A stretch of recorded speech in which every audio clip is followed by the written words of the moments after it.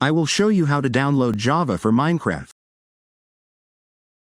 Open your browser. Type Java.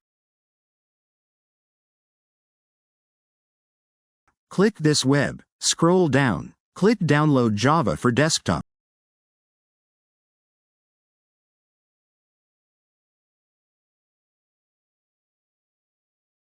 Click this.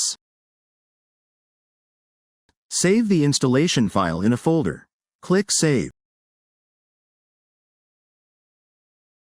After download, double-click the installation application.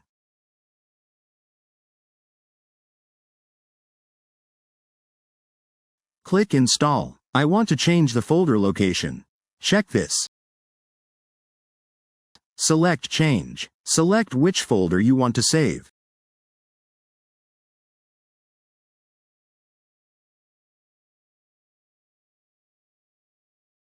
Go to Next. Congratulations, you have successfully installed Java.